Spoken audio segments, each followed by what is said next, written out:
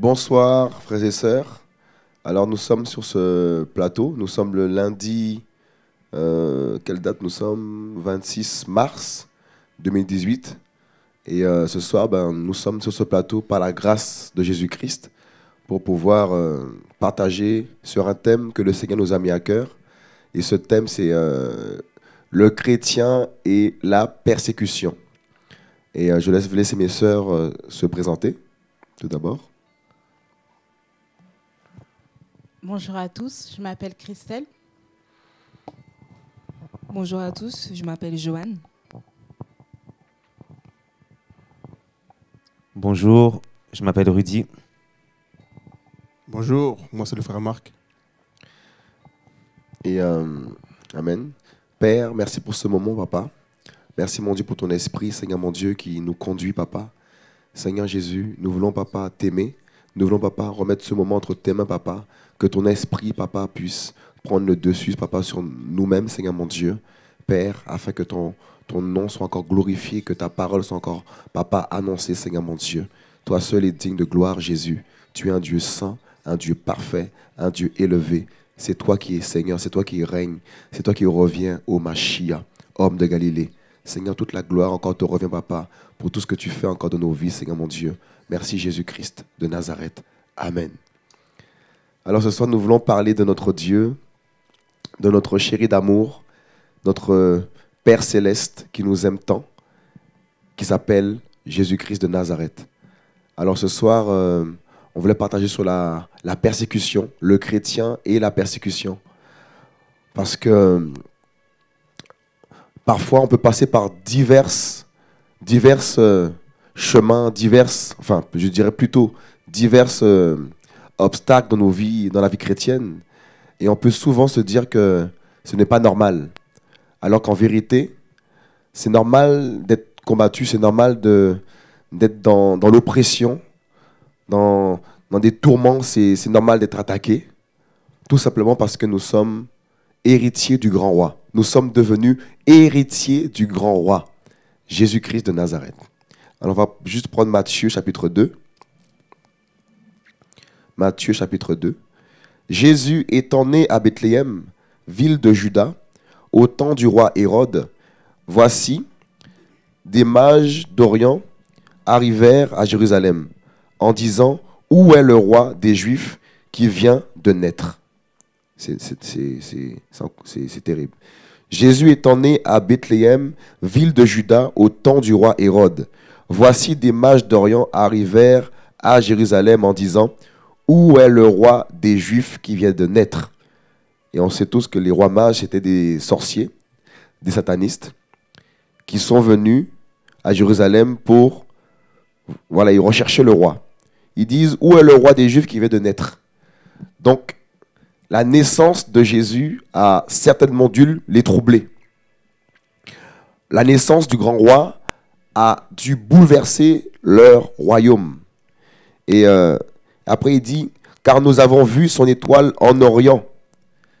Son étoile a été vue en Orient, l'étoile du grand roi. Alors que nous-mêmes aussi, nous sommes aussi des étoiles. Nous sommes aussi de la lumière de ce monde. Nous brillons. Et on peut voir par là que Jésus, son étoile a été vue. Donc, nous-mêmes qui sommes convertis à Christ, nous-mêmes qui avons donné nos vies à Jésus, nous sommes aussi visibles. Parce que nos étoiles brillent. Depuis que nous sommes nés, nous, enfants de Dieu, nous, chrétiens, l'étoile de Dieu, la lumière de Dieu brillait déjà sur nous. Mais nous n'étions pas encore au courant de cela. Nous avons grandi, on est passé par différentes choses difficiles de la vie qu'on a pu avoir auparavant. On a peut-être failli mourir. Mais nous avons été protégés par Jésus-Christ parce que notre étoile brillait déjà. Avant que le monde soit créé, Jésus nous connaissait déjà. Et ils disent, car nous avons vu son étoile en Orient et nous sommes venus l'adorer. C'est encore magnifique. Des hommes, des sorciers qui sont venus adorer un bébé, adorer Jésus. alors qu'on peut adorer que Dieu. Donc si ces hommes se sont mis à adorer Jésus, c'est que Jésus n'est pas un simple homme. Il n'est pas qu'un simple bébé, comme on voit dans certaines photos, on voit la Vierge Marie avec un bébé dans ses mains. Ça, ce n'est pas Jésus-Christ. Jésus-Christ n'est pas resté un bébé. Il s'est simplement incarné pour venir donner son sang, un sang sans péché. Mais il est passé par une naissance normale, la naissance par une femme, tout simplement, pour venir sauver sa création. Et au verset 3, le roi Hérode, ayant entendu cela, fut troublé. Hérode a été troublé de la naissance de Jésus-Christ. Un bébé qui est né a troublé Hérode. Le roi Hérode. Un bébé. Donc, un chrétien qui vient à peine de se convertir crée forcément du trouble aussi dans l'autre royaume. Et l'objectif premier de l'ennemi de ce chrétien qui vient de se convertir, ou cette chrétienne, c'est de tout de suite l'éteindre, tout de suite le détruire. Si on regarde notre vie passée, notre vie chrétienne auparavant, si on regarde ce qui s'est passé, on va automatiquement se rendre compte que on a failli mourir auparavant par des semences bizarres, des paroles bizarres. On a certainement voulu nous embrigader dans des choses qui ne rendaient pas gloire à Dieu. Et ces choses ont failli certainement nous tuer, éteindre la lumière, l'étoile que Dieu a mis sur nous. Ce qu'on a fait à Jésus-Christ nous sera aussi fait. Si lui il a été rejeté, nous serons aussi rejetés. Et au verset 3, le roi Hérode, ayant entendu cela, fut troublé. Et tout Jérusalem avec lui. C'est terrible. C'est-à-dire que à chaque conversion dans chaque pays, toute la terre est troublée. Tous les quartiers, toutes les villes, toutes les régions sont, mes amis, troublés par les conversions qui se passent actuellement en masse. Voilà pourquoi la Bible aussi dit dans 1 Thessaloniciens, dans le livre de Thessaloniciens, que l'Église sur terre, en fait, empêche, je pense, l'ennemi d'agir.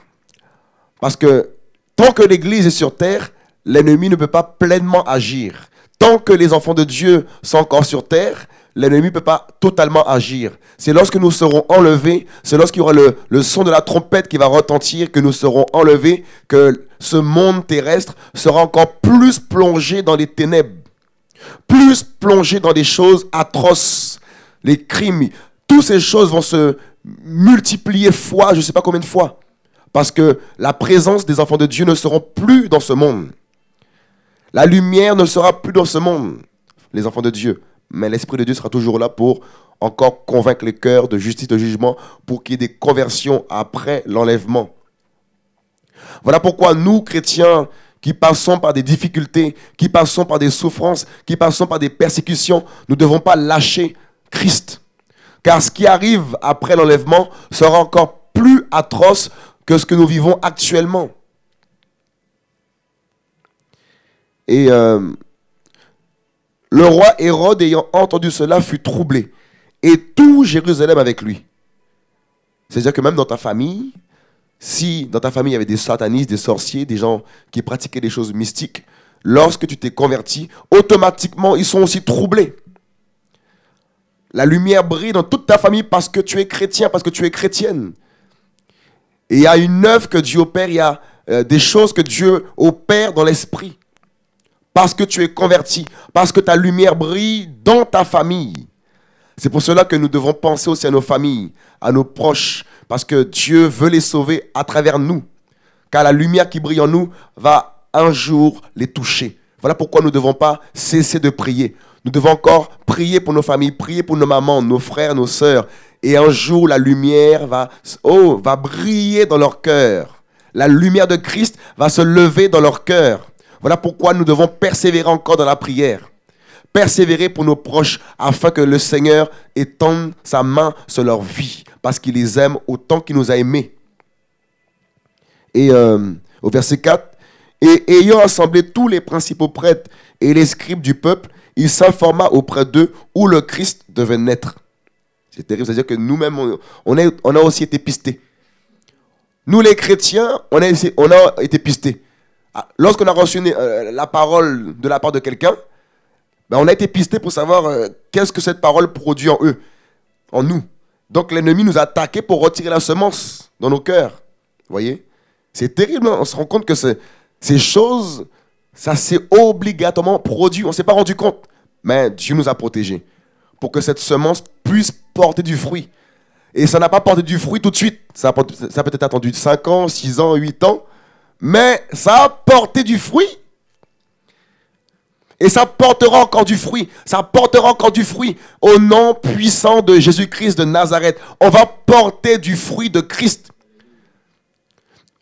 Des fruits vont pousser encore en nous. Nos caractères seront encore transformés par le Seigneur. Nos pensées sont encore réformées par le Seigneur. Nous allons de plus en plus voir Dieu agir dans nos vies. Nous allons contempler encore sa gloire de plus en plus.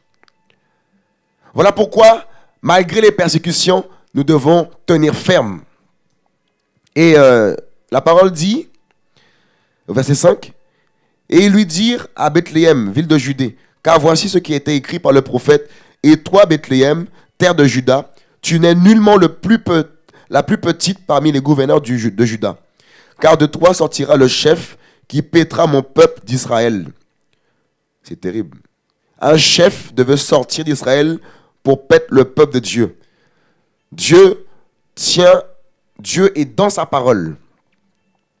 Il t'a donné une charge, il t'a assigné des choses pour que son royaume puisse avancer. Laissez-moi nous dire à tous, parce que je suis concerné, que Dieu a sa main sur nos vies. Parce qu'il veille sur nos âmes. Le Dieu d'Israël ne sommeille ni ne dort.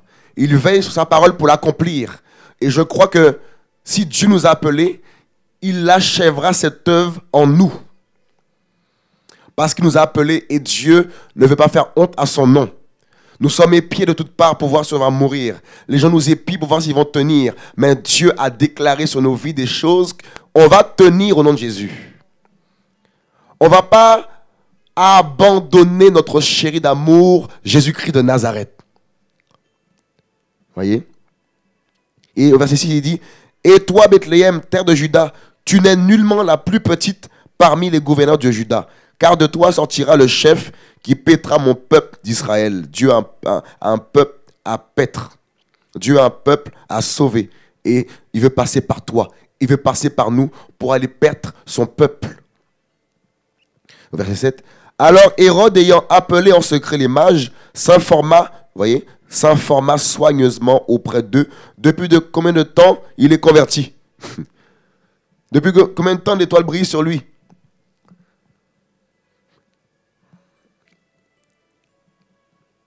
Au verset 8. Puis il les... C'est un exemple que j'ai pris. Hein. C'est écrit brillait. Depuis combien de temps brillait l'étoile? C'est un exemple que j'ai pris.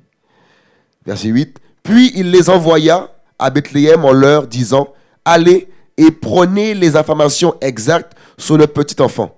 Et quand vous l'aurez trouvé, faites-le moi savoir, afin que j'aille aussi moi-même l'adorer. Mensonge. C'est pour le tuer. C'est pour le détruire. Des gens vont vouloir t'approcher pour faire semblant qu'ils sont touchés, encouragés par ce que tu fais pour le Seigneur. Mais en vérité, ce sont des loups ravisseurs.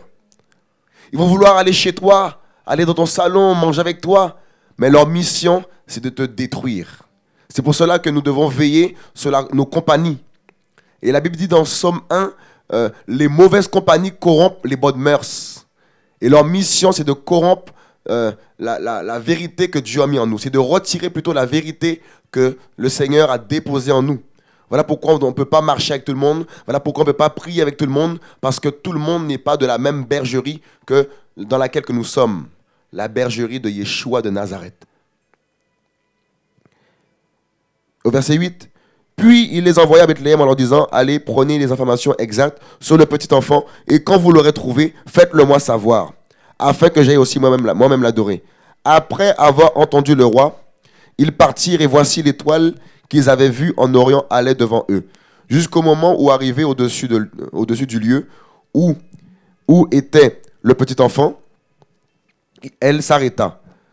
Quand ils virent l'étoile, ils furent saisis d'une très grande joie. Ils entrèrent dans la maison, virent le petit enfant avec Marie, sa mère, et se prosternèrent et l'adorèrent. Ils ouvrirent ensuite leur trésor et lui offrirent des présents, de l'or, de l'encens et de la myrrhe. Puis, divinement avertis en songe de ne pas retourner vers Hérode, ils regagnèrent leur pays par un autre chemin. Alors, des satanistes qui ont été avertis divinement par le Seigneur, puis divinement avertis en songe de ne pas retourner vers Hérode, ils regagnèrent leur pays par un autre chemin. Dieu contrôle tout le monde. C'est tous ceux qui nous font la guerre dans l'esprit. Tous les satanistes qui se lèvent contre nous, ils sont commandés par le Seigneur. Ils ne peuvent rien faire sans que Dieu permette. C'est pour cela que nous qui savons qu'il y a des satanistes dans nos familles, des gens qui sont méchants, qui ont des projets de malheur contre nos vies, nous devons rester en paix. Parce qu'ils ne peuvent rien faire sans que Dieu l'ait ordonné. Et si Dieu leur donne, c'est pour nous enseigner, c'est pour nous aider encore à plus le connaître. Parce que quand il va vaincre encore, on va encore le glorifier. Et c'est pour ça que dans Psaume 23, il dit que lorsque je marche dans la vallée de l'ombre de la mort, je ne crains aucun mal parce que tu es avec moi. Le Seigneur permet nos combats pour qu'on puisse demain encore plus le glorifier. Nous devons avoir des combats pour voir Dieu. S'il n'y a pas de combat, il faut qu'il y ait des choses qui se produisent pour qu'on puisse voir notre Dieu se lever encore dans nos vies. Et je crois qu'il va encore se lever dans la vie des chrétiens, la vie de ses enfants, ces hommes, ces femmes qu'il a appelés pour montrer à tous qu'il est vivant, qu'il est réel. Et voilà, ils sont partis par notre chemin. Au verset 13, lorsqu'ils furent partis, voici l'ange du Seigneur apparut dans un songe à Joseph. Et il lui dit, lève-toi, prends le petit enfant et sa mère, fuis en Égypte et demeure là, jusqu'à ce que je te le dise, car Hérode cherchera le petit enfant pour le faire mourir. Joseph donc s'étant réveillé, prit de nuit le petit enfant et sa mère et se retira en Égypte. Et il resta jusqu'à la mort d'Hérode, afin que s'accomplisse ce que le Seigneur avait annoncé par le prophète. Cette parole, cette prophétie devait s'accomplir. Il y a des choses qui doivent automatiquement s'accomplir. Il y a des chemins par lesquels on doit passer parce que ces choses ont déjà été déclarées par le Seigneur. Donc nous sommes obligés de passer par ces chemins parce que ces choses ont déjà été mises en place par le Seigneur. Chaque enfant de Dieu a un chemin qu'il emprunte. Chaque enfant de Dieu a un but à atteindre pour Dieu dans la vie terrestre. Chaque enfant de Dieu a reçu un appel de la part du Seigneur. Et c'est le même esprit qui travaille. Voilà pourquoi il faut toujours saisir la pensée de Dieu. La pensée de Dieu pour sa vie. Verset 14. Joseph donc étant réveillé, prit de nuit le petit enfant et sa mère et se retira en Égypte. Donc Dieu peut nous cacher. S'il y a de l'opposition quelque part, de la persécution quelque part, Dieu peut nous cacher. Nous cacher pour qu'on puisse accomplir la mission. Et ne pas mourir avant le temps. Voilà pourquoi nous devons se laisser conduire par Jésus-Christ.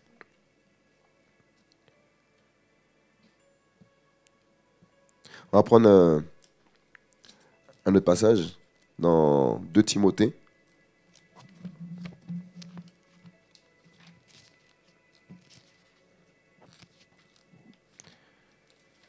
De Timothée.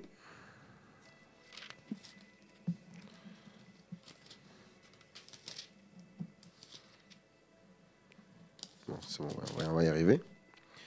De Timothée 3, au verset 12.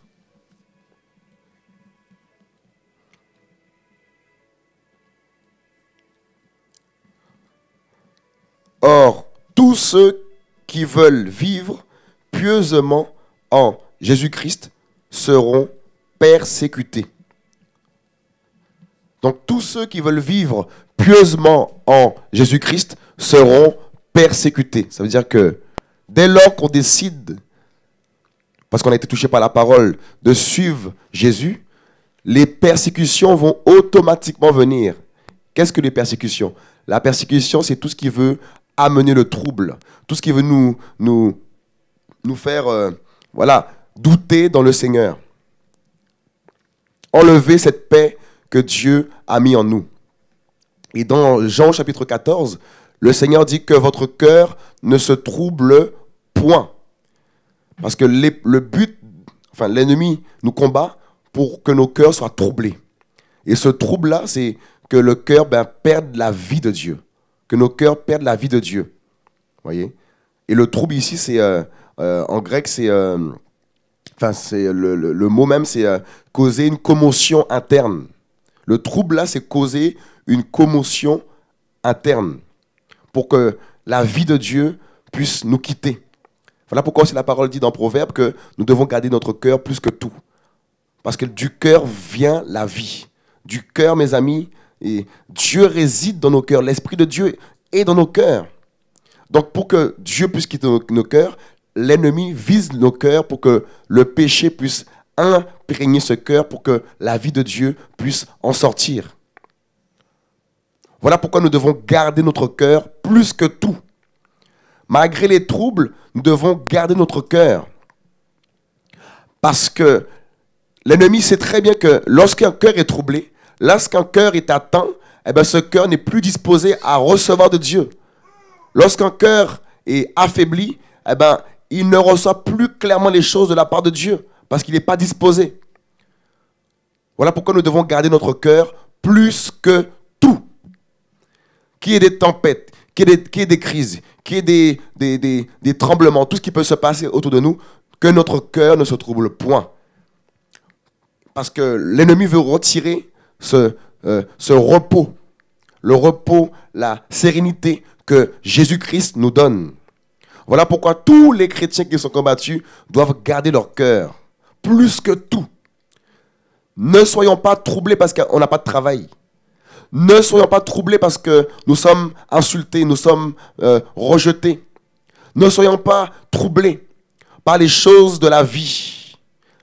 Car le plus important, c'est la résurrection. Le plus important, c'est d'avoir part au royaume des cieux. La parole dit aussi que de rechercher premièrement le royaume des cieux et sa justice, et toutes choses nous seront données par-dessus tout. Voilà pourquoi toute parole qu'on t'a dite, toute parole qui ont essayé d'atteindre ton cœur, tu dois fermer ton cœur.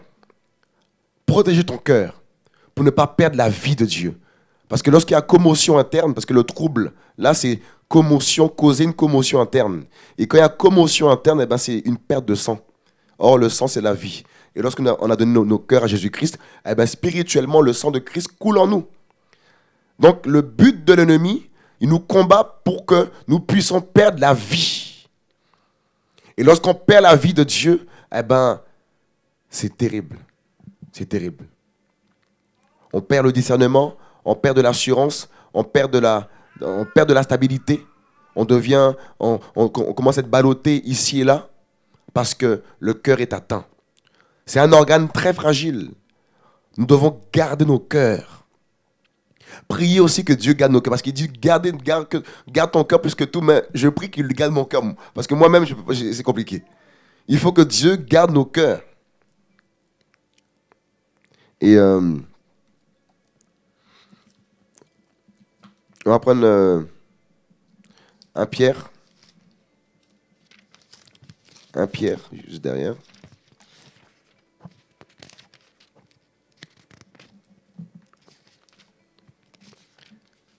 Un Pierre 4, au verset 14, au verset 12. Mais bien-aimés, ne trouvez pas étrange quand vous êtes comme dans une fournaise pour votre épreuve, comme s'il vous arrivait quelque chose d'extraordinaire, mais réjouissez-vous de ce que vous participez aux souffrances de Christ. La vie chrétienne est une vie de souffrance. On a souvent entendu les gens dire, venez à Christ, vous aurez le mariage. Venez à Christ, vous aurez du travail. En vérité, venez à Christ, c'est des souffrances. Voilà pourquoi on doit bien savoir dans quoi on s'est engagé. Et ma soeur Joanne. C'est les souffrances. Et les souffrances, ça fait mal. Et beaucoup abandonnent parce qu'il y a trop de souffrances. Que Dieu nous garde jusqu'au bout parce que les souffrances ne doivent pas nous arrêter. Voyez? Afin que lorsque sa gloire sera révélée, vous vous réjouissiez avec allégresse. Sa gloire arrive. Bientôt, on va se réjouir. Bientôt, nous serons dans le royaume de notre Dieu. Dans la paix, dans le repos. Parce qu'il y a tellement de souffrances de ce monde. Mes amis, il y a tellement de choses qu'on ne comprend pas. On est des fois abattus, mais on tient le pan de sa robe. On est insulté, mais on tient le pan de sa robe parce que on veut entrer dans son repos. Voilà pourquoi nous devons toujours embrasser le Fils, être en paix avec le Fils, car le Fils donne la vie éternelle. Voilà pourquoi là où tu es, ma soeur, mon frère, dans le pays où tu es, tu peux être seul, converti dans ce pays, enfin dans cette ville où tu es. Ne perds pas espoir, car le royaume de Dieu est avec toi. L'étoile de Dieu brille sur toi. Et comme on l'a vu tout à l'heure dans la parole, dans Matthieu 2, les satanistes sont à tes trousses. Ils te poursuivent parce que cette lumière les dérange. Cette lumière doit être éteinte parce que ça empêche leurs œuvres d'aboutir. Ça empêche leur royaume d'exceller. Parce que tu sièges dans cette ville, tu habites dans cette ville. Mais tu dois persévérer dans la prière. Parce que la prière du juste a une grande efficacité. Nous devons nous lever encore dans la prière. Nous devons persévérer. Parce que la prière du juste produit des choses terribles dans l'esprit. Lorsque nous sommes attaqués, on doit aussi se lever au lieu de subir les choses. On a reçu le sceau du Seigneur. On a reçu l'épée de Dieu pour intercéder. Voilà pourquoi, là où nous sommes, là où tu es, levons-nous d'un même cœur, parce que notre salut est proche. Notre salut est plus proche que lorsque nous l'avons cru. Nous sommes vraiment dans les derniers temps. Voilà pourquoi, malgré les persécutions, malgré les injures, malgré les moqueries, malgré qu'on ne te comprend pas, tu dois tenir ferme parce que ton salut est proche. Notre délivrance arrive. Et au verset 14, si l'on vous dit des injures pour le nom de Christ, vous êtes bénis. Car l'Esprit de gloire, l'Esprit de Dieu repose sur vous. Mes amis, l'Esprit de Dieu repose sur nous. Voilà pourquoi lorsqu'on est combattu, c'est parce que l'Esprit de Dieu repose sur nous. Souvent, on se demande qu'est-ce qu'on a fait aux gens, qu'est-ce qu'on leur a dit, pourquoi tant de haine? Parce que cette gloire repose sur toi, ce feu repose sur toi, cette gloire de Dieu est en toi. Voilà pourquoi autour de toi, il y a du tumulte. Les nations se sont levées contre le grand roi. Les nations vont aussi se lever contre les élus du grand roi, contre les fils du grand roi. Mais le grand roi combat pour nous. Oh, le Mashiach combat pour nous. Son épée est devant, est debout, est brandie, parce que nous sommes ses enfants, nous sommes ses poussins. Et il veille sur nous. Notre Père céleste, il nous aime tellement, il nous chérit tellement. Voilà pourquoi, tenons bon. Tenons bon. Même si, mes amis, on veut nous frapper, c'est pas grave. Tenons bon. Parce que Dieu a une œuvre à faire. Dieu veut sauver des vies. Parce que à travers toi, des vies sont impactées. Tu ne le sais pas encore. Tu ne sais pas que ta famille te regarde. Mais il te regarde. Il regarde comment tu vis. Il regarde si tu vas tenir bon. Mais comme Dieu t'a appelé, comme Dieu nous a appelés, on va tenir ferme au nom puissant de Yeshua. On va prendre un autre passage. Dans Matthieu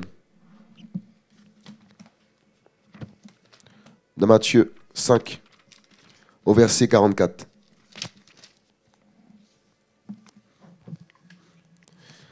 Verset 43. Vous avez appris qu'il a été dit, tu aimeras ton prochain et tu haïras ton ennemi. Mais moi, je vous dis, aimez vos ennemis. Bénissez ceux qui vous maudissent. Faites du bien à ceux qui vous haïssent. Et priez pour ceux qui vous maltraitent et vous persécutent, afin que vous soyez les fils de votre Père qui est dans les cieux. Car il fait lever son soleil sur les méchants et sur les bons, et il envoie sa pluie sur les justes et sur les injustes. Notre Dieu est trop grand. Parfois, on se dit, oh, comme on est persécuté, on va aussi parler aussi. On va se lever pour montrer qu'on a l'autorité. En fait, le Seigneur nous dit qu'il faut prier pour eux. Je me rappelle dans mon travail, il y a une collègue qui me disait, oh, toi, Hervé, hein, toi, on te fait des coups, mais en fait, ta nature, c'est pas de faire le mal. Tu veux toujours de parler aux gens et demander, et continuer à discuter. En fait, eux-mêmes se sont rendus compte que la Bible est vraie.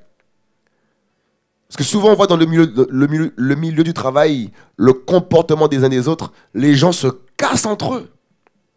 Et tout le monde paraît s'aimer dans les coulisses, mais derrière, les gens s'envoient des... C'est terrible. Tout le monde se casse. Voilà pourquoi que lorsqu'on se retrouve entre chrétiens, c'est une joie. Des gens vrais. Pourquoi? Parce que dans ce monde, il y a beaucoup d'hypocrisie. Des fois, ça fait mal. Tu te dis, Seigneur, on te dit des insultes, on te critique. Tu sais qu'on te critique. Mais Dieu te dit, il faut pas être méchant comme eux. Il faut montrer l'exemple. Et ils vont témoigner. Hein. Ils vont témoigner que tu es vrai. Ils vont témoigner que tu es vraiment chrétien, vraiment disciple de Jésus-Christ. Mais si tu fais une erreur, ils vont te dire, mais t'es pas chrétien par hasard? Et c'est ce qui se passe. Ils attendent l'instant favorable pour te dire, ben regarde, tu regardes ce que tu fais. Mais tu n'es pas quelqu'un qui croit en Dieu. Là, bizarrement, ils croient que Dieu existe. C'est bizarre. Mais, quand tu leur dis que Dieu existe, non, c'est faux. Mais dès que tu fais quelque chose de bizarre, là, on te reproche que tu crois en Dieu, mais tu fais n'importe quoi. C'est terrible. Est-ce que quelqu'un a un truc à dire? Quelqu'un a un truc à dire? Joanne? Donc, en fait, en lisant aussi Actes des Apôtres, en fait, on voit que les premiers chrétiens, ils ont été beaucoup martyrisés, ils sont passés par plusieurs épreuves. Et en méditant sur ces passages, je me suis rendu compte qu'à chaque épreuve, en fait, le Seigneur il s'est révélé. À chaque persécution, suite à chaque persécution, il y avait une révélation puissante. Par exemple, quand Paul et Silas ils étaient enfermés en prison, on voit que la puissance de l'adoration, en fait, c'est une l'adoration, c'est une puissance en fait qui brise les chaînes, en fait. Quand l'apôtre Pierre, en fait, il a été emprisonné, l'ange du Seigneur est venu délivrer Pierre en fait des liens en fait de l'emprisonnement. Donc c'est vrai que la persécution c'est quelque chose qu'on vit, c'est dur parce qu'on est humain, on a des sentiments, on peut se faire frapper, on peut se faire humilier, on peut se faire insulter comme tu disais Hervé, mais il y a une révélation de puissance en fait derrière la persécution.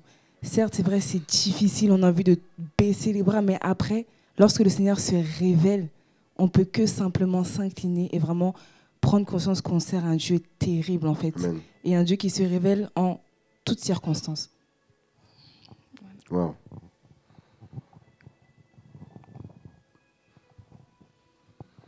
Peut-être par rapport à tout ce qu'on a partagé, ça m'a fait penser à la vie de Job.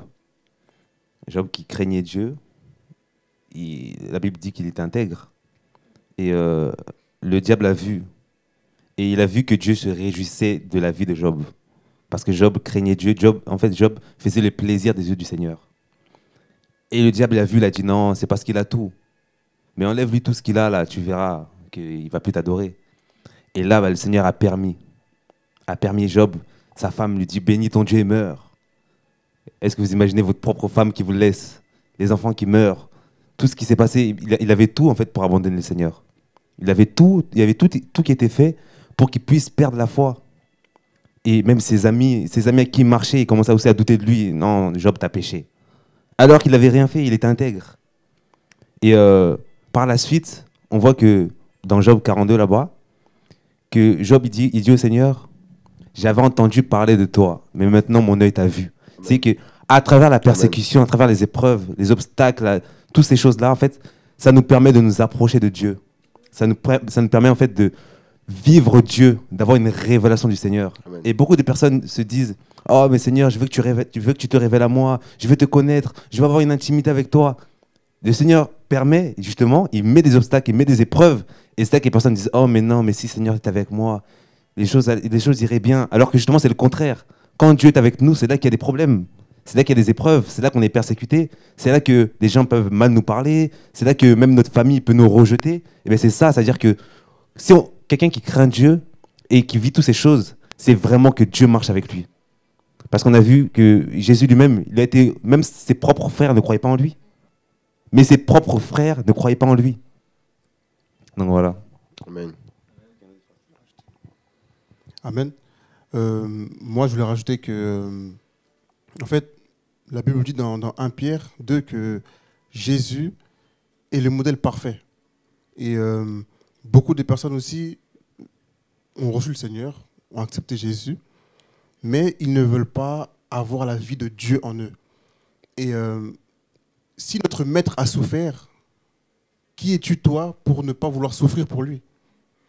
Et beaucoup de personnes veulent vraiment vivre une vie chrétienne pieusement, tranquille, chez eux. Mais ce qu'il faut savoir, c'est que, comme ce qui a été dit, Dieu est un Dieu puissant. Et il nous connaît. Dieu nous connaît parfaitement. Et même dans Jean 14, on nous dit que ton cœur ne se trouble pas, car je t'ai réservé une place dans la maison de mon Père. Ça veut dire que on a une demeure au ciel. C'est ça qu'il faut savoir. Parce qu'au final, beaucoup de personnes sont persécutées, mais ils n'ont pas compris qu'après la persécution, il y a la paix. Après la persécution, il y a la joie. Et si on regarde dans les pays musulmans ou même d'autres pays, les chrétiens qui sont là-bas, ils sont persécutés. D'autres sont égorgés. D'autres sont fouettés. D'autres vont en prison. D'autres sont même tués. Mais ce sont des personnes qui ont proclamé le nom de Jésus, tout simplement. Mais nous, on a trop tendance à rester en fait dans le système, j'ai envie de dire, de la chrétienté. Tu vas à l'église tous les dimanches, tu vas à quelques réunions de prière la semaine, mais c'est pas ça être enfant de Dieu. C'est pas ça être disciple de Jésus.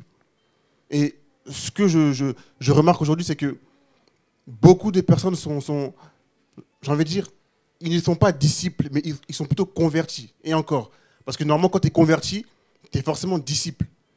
Et Jésus dit dans les évangiles, prenez courage, car j'ai vaincu la mort. Et aujourd'hui, beaucoup de personnes ont oublié que l'adversaire, que l'homme a peur, c'est-à-dire la mort, Jésus l'a vaincu. Jésus l'a vaincu. Donc au final, quand tu parles de Jésus, quand tu évangélises dans les métros, dans les trains, dans les gares, sur les quais, tu peux être craché dessus. On peut te frapper. Mais Jésus a vaincu la mort. Et au final, on a une récompense au ciel. Et par rapport à la persécution, beaucoup de chrétiens aussi ne veulent pas évangéliser. Parce qu'ils ont peur des regards des gens ou bien d'être frappés. Mais tout ça, j'ai envie de dire que c'est que des futilités dans le sens où on a une demeure au ciel. Je me répète parce que beaucoup de personnes s'attachent aux choses de la terre. Alors que la Bible dit que nous ne sommes pas de ce monde. On vit dans ce monde, mais on n'est pas de ce monde. J'avais un petit verset à partager dans Matthieu 5. Matthieu 5, à partir du verset 10. Bénis sont ceux qui sont persécutés pour la justice, car le royaume des cieux est à eux. Bénis serez-vous lorsqu'on vous outragera, qu'on vous persécutera et qu'on dira faussement de vous toutes sortes de mal à cause de moi. Réjouissez-vous et soyez dans l'allégresse, parce que votre récompense sera grande dans les cieux, car c'est ainsi qu'on a persécuté les prophètes qui ont été avant vous. Et ce que je voulais rajouter, c'est que nous sommes chrétiens. Un chrétien, c'est un homme de Dieu. Aujourd'hui, on veut nous faire croire que les hommes de Dieu, ce sont forcément les pasteurs ou bien les prophètes. Non. Un homme de Dieu, c'est quelqu'un qui a cru en Jésus et qui garde ses commandements. Et là, la Bible nous dit que les hommes de Dieu ont été persécutés. Abraham a été persécuté. Élie, pareil. David, pareil. Tous ces hommes-là qui croyaient en Dieu, qui croyaient en Yahweh, ont été persécutés. Et aujourd'hui, quand on voit la majorité des chrétiens, ils veulent en fait être des religieux, tout simplement.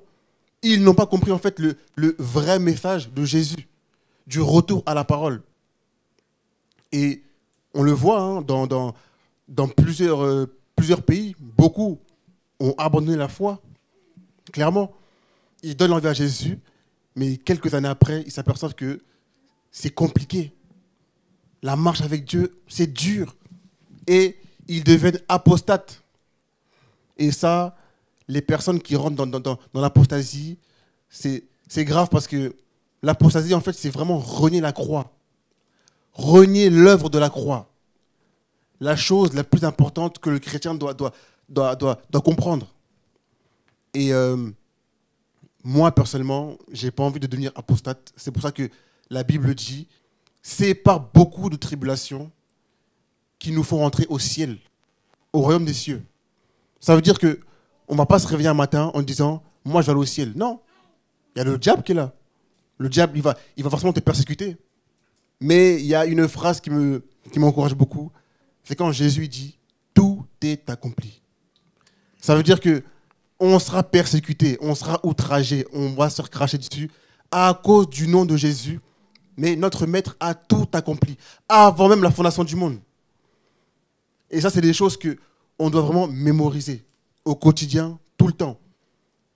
Être des chrétiens qui prennent conscience qu'on ne peut pas vivre notre marche chrétienne tranquillement, dans le canapé. C'est pas possible. C'est impossible. Mais quand tu prends conscience que Dieu est amour et que Dieu nous aime, forcément, tu vas venir à ses pieds tous les soirs en train de prier. Et il descend, il te parle clairement. Et tu es dans la joie. C'est pour ça que, même dans Philippiens 4:4, on nous dit « Réjouissez-vous dans le Seigneur. Réjouissez-vous dans le Seigneur. » En toutes choses. Là, en fait, Paul nous parle des chrétiens qui doivent se réjouir en tout temps. Persécution ou pas persécution, tu dois être dans la joie. Ça fait partie d'un fruit de l'esprit. Mais Dieu est bon. Amen. Quoi, gloire à Dieu. Hein. Tu veux dire quelque chose que ça? Et on va prendre Acte 5, au verset 17. Acte 5, verset 17. Alors le grand prêtre se leva, lui et tous ceux qui étaient avec lui, à savoir la secte des Sadducéens. Et ils furent remplis de jalousie. Et mettant la main sur les apôtres, ils les jetèrent dans la prison publique. Mais l'ange du Seigneur ouvrit pendant la nuit les portes de la prison et les fit sortir. Et leur dit, allez et présentez-vous dans le temple, annoncez au peuple toutes les paroles de cette vie. Waouh! Les hommes voulaient arrêter les apôtres. Ils voulaient que les apôtres arrêtent de proclamer cette parole de vie. Cela veut dire que nous, chrétiens, chrétiennes, qui prêchons l'évangile, eh ben, on annonce la vie là où il y a la mort, afin que la vie prenne place. C'est pour cela que nous sommes rejetés. Parce que nous sommes dans un monde qui n'appartient pas, enfin un monde qui est sous la puissance du diable, comme dit la parole. Dans ce monde, ben, en fait, c'est la mort qui règne. Et Jésus nous a touchés et nous voulons apporter la vie là où la mort règne. Là où Christ n'est pas élevé, nous voulons voir Christ élevé. Là où la parole n'est pas encore prêchée, nous voulons proclamer la parole dans ces lieux, afin que Christ soit connu. Et pendant que j'ai lu ce passage, je me rappelle, je crois que c'est il y a 2 ans, j'étais parti évangéliser avec un frère. Et des policiers étaient touchés. Ils étaient vraiment encouragés. Il y a un colonel ou un lieutenant qui est arrivé. Et il a dit, vous arrêtez tout ça ici, là. Vous arrêtez tout. Et du coup, je me suis dit, je lui parlais. Je lui ai dit, monsieur le colonel, ben, vous savez que, oui, vous êtes le lieutenant, le colonel, mais monsieur, au-dessus de vous, il y a une autre loi. Dès que j'ai dit ça, le monsieur a dit, code 808, on l'embarque. Ils m'ont embarqué, menottes, tout ça, j'ai encore des traces, ils m'ont serré fort, menottes, ils m'ont assis derrière le colonel. Oh là là. Je me suis approché comme ça devant lui là. Je lui ai parlé de Jésus jusqu'à arriver au commissariat. Je lui ai prêché l'évangile. En fait, je me suis dit, comme il m'a déjà arrêté, je vais encore lui prêcher la parole. Arrivé au commissariat, je vois tous les policiers sortent pour voir c'est qui cette personne qui arrive. Ils m'ont fermé dans une cellule. Et ils ont dit, bon, lui, vous mettez 24 heures pour lui, 24 heures. Et mon frère qui était avec moi, un frère à moi, un Christ qui était avec moi, on a dit, bon, lui, 3 heures, et moi, 24 heures. Ils m'ont fermé là-dedans pendant 24 heures. C'était terrible. Et ils m'ont dit, bon, on t'emmène dans une cellule, mais on te met tout seul. Parce que si on te met avec tous les autres détenus, tu vas les rendre fous. Donc du coup, ils m'ont mis seul. Toute la nuit, je chantais. Je priais. Je crois que j'ai jamais prié comme ça. Toute la nuit, je priais Jésus-Christ. Je priais. J'adorais Dieu. Après, il dit, Seigneur, mais ouvre la cellule, Seigneur, ouvre la cellule comme les apôtres. Je disais à Dieu d'ouvrir la cellule. Ah, Dieu n'a pas ouvert la cellule. Donc, je suis resté jusqu'à la fin dans ce commissariat. Et puis, je me suis endormi à terre même, le sol, parce que c'était vraiment très dégueulasse. Et du coup, j'entends les policiers mettre un micro et commencer à chanter dans le micro, enfin, à dire dans le micro. Et l'enfant, Jésus, en fait, ils ont mis une prédication catholique. Je me suis réveillé comme ça, je suis oh! Ils se moquaient de moi dans la cellule. Ça m'a réveillé. Et j'ai commencé à leur prêcher encore. Monsieur l'agent, on ne se moque pas de Dieu. Et j'ai commencé à prêcher l'évangile parce qu'ils avaient un micro dans la cellule. Ils entendaient tout ce que je disais. Toute la nuit, je me suis mis encore à prêcher. Je leur prêchais. Le matin arrive. Il y a l'OPJ qui arrive, l'OPJ pour prendre ma déposition. Il m'emmène là-haut. Je le suis. Je m'assois, il est devant moi. Il me dit, monsieur, alors il s'est passé quoi? Mais j'expliquais tout simplement, j'ai donné mon témoignage, comment j'ai rencontré Jésus-Christ. Et lorsque je lui donnais mon témoignage, en fait, je lui parlais de moi pour lui prêcher lui. Et il a compris en fait que je voulais lui prêcher la parole. Il a dit, oh non, tu arrêtes, tu vas pas me convertir. J'ai continué encore à lui parler. Et il s'est dit, en fait, je comprends ce qui arrive à ce lieutenant. Du coup, il a appelé ma femme. Ma femme lui a dit, oui, il a dit à ma femme qu'apparemment le lieutenant m'a mis en garde à vue parce que je lui ai dit qu'il va en enfer. Ma femme a dit, non, mon mari n'a pas dit ça comme ça. Et puis en écoutant ce que je lui disais, il m'a dit, ah, je comprends mieux ce que tu as dit au colonel, je le comprends mieux. Tu lui as présenté les deux choix, la solution, et s'il ne se reprend pas, en fait, c'est l'enfer. J'ai fait exactement, monsieur, c'est exactement ce que je lui ai dit. Il a dit, ah, je comprends bien. Et moi, j'ai divorcé, moi, est-ce que je vais aller en enfer? Je lui ai dit, non, si vous vous repentez, monsieur, vous n'allez pas aller en enfer. Et puis tous les policiers ont commencé à rentrer dans la cellule, ils se sont assis autour de la table comme ça, écoutant ce que j'avais à dire. Et les policiers étaient bouche bée. Mais c'est bizarre, il me dit, mais en général, les gens sont là pour la drogue, stupéfiants, tout ça. Là, on a quelqu'un qui est là pour la justice. C'est pas normal. Et du coup, l'OPJ m'a dit, monsieur, continue à faire ce que tu fais. Va voir les prisonniers, va voir les délinquants, va leur parler encore, c'est très bien, continue. Et d'ailleurs, je te libère dans quelques temps. J'appelle le procureur, je te libère, tu n'auras rien. Du coup, ils m'ont fait faire la photo profil. J'ai rigolé comme ça avec la photo de profil. Clic, je rigolais. Et ils se disent, oh monsieur, vous êtes vraiment un cas, monsieur. Après, ils ont pris des flyers dans le commissariat, tout ça. Et après, je suis parti faire un foot. Je suis rentré chez moi. C'est pour dire en fait que lorsque Dieu nous pousse à faire des choses et que la persécution vient derrière, Dieu se glorifie toujours. Il ne faut pas aller faire des choses que Dieu t'a pas dit de faire. Et après, tu es combattu comme pas possible et tu dis que Dieu m'a dit alors que ce n'était même pas lui. C'est important de faire ce que Dieu met à cœur de faire parce que s'il est dans la chose, il va mettre sa main, il va approuver la chose. C'est important. Et du coup, on va prendre le passage, le verset 21.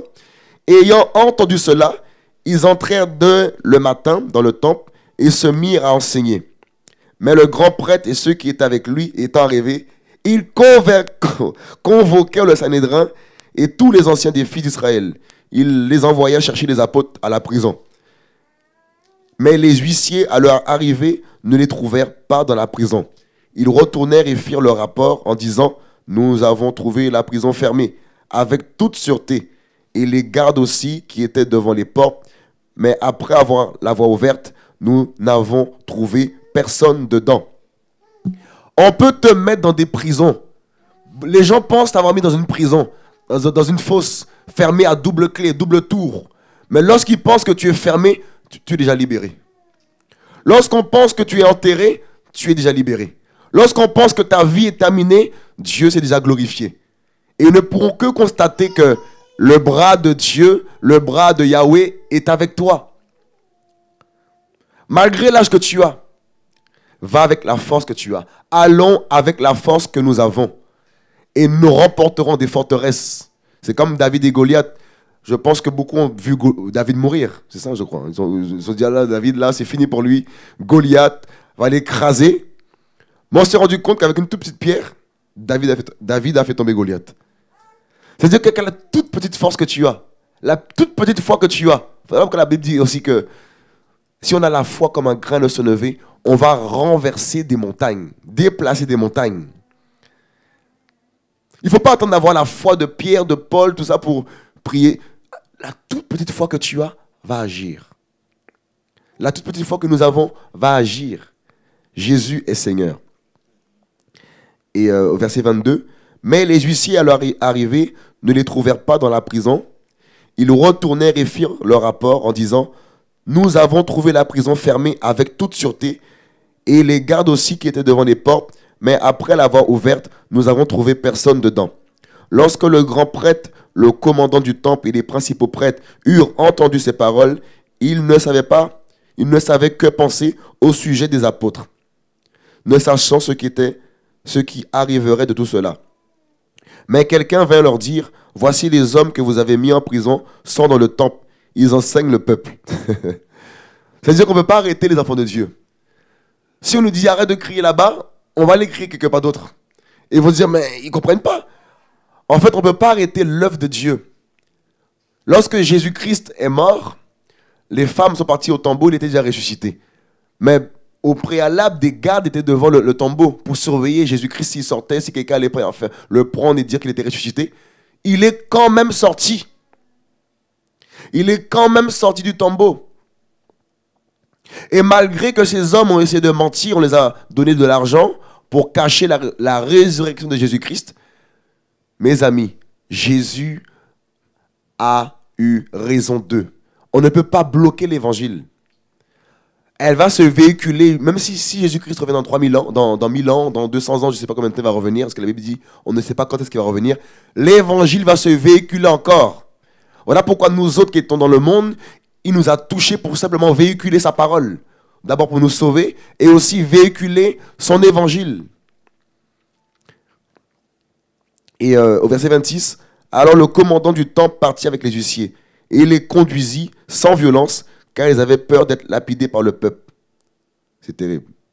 Parfois, quand on sort évangéliser, des gens se lèvent pour nous frapper. C'est les gens même qui se lèvent pour nous défendre. Et ceux qui veulent nous frapper ont peur parce qu'ils se disent, aïe, là si on les arrête, là si on les frappe, c'est fini pour nous ici. À plusieurs reprises, je vois des gens, ils ont voulu dire, oh, on va le taper, on va nous taper. Dieu suscite des gens là pour nous défendre. Et des fois, ils disent, je suis musulman, hein. Je ne crois pas en ce qu'il dit, mais il y en a qui le touchent ici, là. C'est comme s'il me touche. et Dieu permet des choses comme ça pour que sa parole soit encore véhiculée. Que des âmes soient encore touchées par ce message. Après, verset 27, après qu'ils les eurent amenés, ils les présentèrent au Sanhédrin. Et le grand prêtre les interrogea, disant, ne nous avons pas défendu expressément d'enseigner en ce nom-là. Et cependant, voici, vous avez rempli Jérusalem de votre doctrine et vous voulez faire retomber sur nous le sang de cet homme.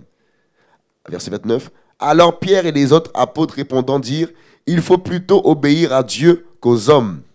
C'est terrible. C'est-à-dire qu'en fait, ils étaient gênés, dérangés, parce que cette doctrine avait rempli Jérusalem et leur boutique se fermait. C'est terrible. En tout cas, Dieu est grand.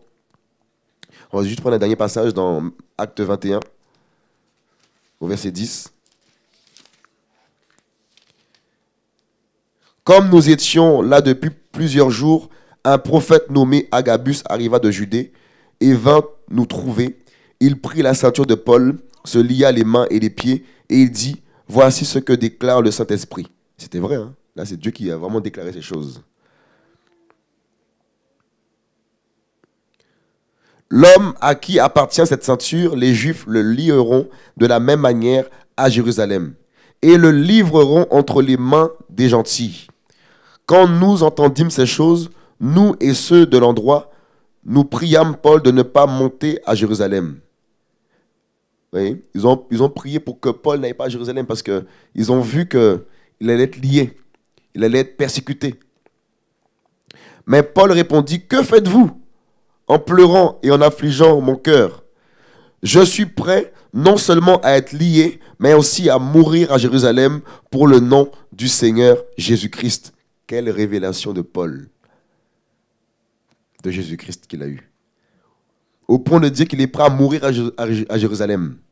Il est comment dire, il est prêt à aller à Jérusalem et mourir à Jérusalem pour le nom de Jésus-Christ. Il ne s'est pas dit, oui, là je vais te persécuter, j'y vais pas. Les persécutions sont bibliques. Et si, comment dire, tu es persécuté parce que tu prêches la vérité, c'est normal. Il ne faut pas que tu abandonnes. Parce que le but de l'ennemi à travers les persécutions, c'est que tu arrêtes de remplir ta ville de la doctrine.